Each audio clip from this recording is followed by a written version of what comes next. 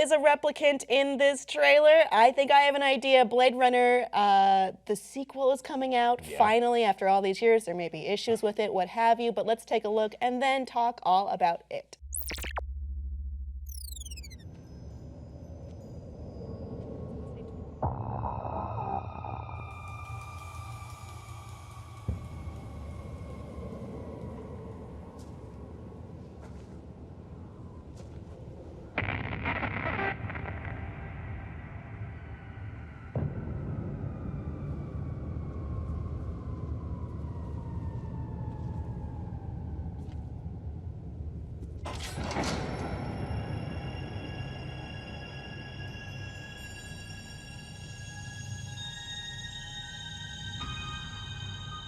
I had your job once. I was good at it.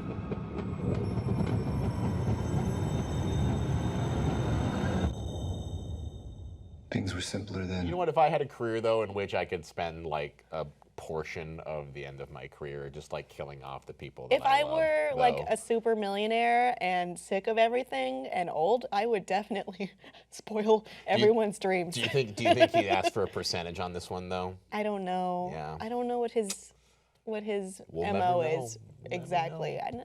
It's fun to discover that, I suppose. So Harrison Ford is back as Deckard, you can presume, and he is joined now by Ryan Gosling, who plays, is it Agent K? I think it's Agent K. Or Officer K? I mean, it's even I'm getting confused with Men in Black. Yeah, it's Officer K. Agent K is Tommy Lee Jones in Men in Black. Thank you for clarifying It's that. just the letter. That's why I got confused. So, I don't know where we are. Was that the Bradbury building again? I mean, it's weird because it had the Korean writing, which I didn't notice until I saw this. I'm getting notes off camera that it is not the Bradbury building, but it is evocative of that building.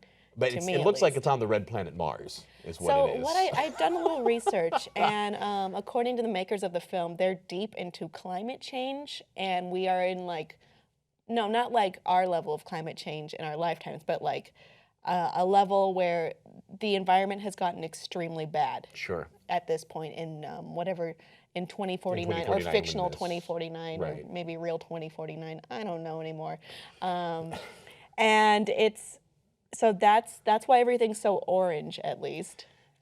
With the dust and kind of I can presume that. I mean, it's interesting that you brought it up because I wouldn't have known the location of it beforehand. But even in the original, it was just kind of dark noir because it was a sci-fi noir. But are they trying to take a different angle with perhaps the tone of this? A little From more what Mad I Max-ish? understood was that Officer K has made some kind of startling discovery because he's a Blade Runner now, and Deckard's been in hiding for some reason. The Steadler because he's a replicant. Is it because he's a replicant, or is it because everyone thinks he's a replicant? That was the insinuation, because that was the depending on which version of the movie was your favorite, which ending was your favorite. That was the insinuation. Is that he either is not or is, depending on the interpretation. I tend of to the viewer. believe that he is. However, I'm willing to accept that this director has made a choice into which ending is the correct one, which is, maybe that's wrong to believe because that's a famously ambiguous ending. Yeah, and to be honest, I know there's a lot of people out there who are maybe potentially upset about Blade Runner coming back, especially after seeing Harrison Ford reprise as a beloved character again not too long ago. But I mean, Blade Runner is such a good movie, and this is the last real opportunity to take advantage of the fact that Harrison Ford is willing to do a movie. Is willing to do this movie and willing to explore this character again.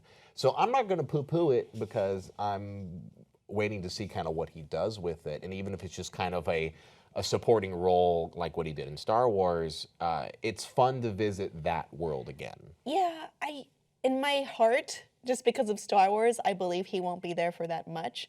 But when we look at the marquee for this movie, it says Gosling, Ford, and it makes me think I would hope it's they're co-stars. the same level of involvement. If they're co-stars, that would be great because then, I mean, and I only heard this recently too, but supposedly Harrison Ford's gone on record to say that he really, really, out of all the characters he's played, he really enjoyed playing Deckard. The most? I wouldn't say the most, but it's one of those where he is presumably very attached to this character. Yeah, So. Blade Runner had a different history in that it wasn't a smash hit like Star Wars right Right. away, or Indiana Jones even. It's a cult. It's a cult classic. hit. It's like it's a slow burn, and then over time, more people watch it. Not in its original theatrical run, and it becomes this totally separate thing. Maybe that allowed him, the space he perhaps desired as an actor. I don't know. Yeah. I don't know his thought process. Like Maybe it we was just just a said. more honest character. Like maybe it was just a more honest thing. But again, we'll never know without asking him directly. But And the then he idea won't is tell that, us. Yes. Because he'll be baked. That's a side note editorial. But still, Blade Runner was one of my favorites, and having a post-apocalyptic, noirish world in which the replicants are again just another classic take on machinery versus. I really love that genre, but it seems like the question for every like future, maybe dystopian or maybe sci-fi, anything with AI. The question is like, what is humanity? Are Sure. we gods? That's great. Are we lesser than, etc.? Well, we're not going to get Automata from Penny Arcade anytime here soon, so I will take Blade Runner. Or Westworld? No, they're totally different. But Different format. they explore different, similar-ish things, but also different. This will be coming out in October of 2017, so you have exactly that long to wonder, what's going to happen next. So please leave those conjectures below in the comment section, and please like and subscribe for more.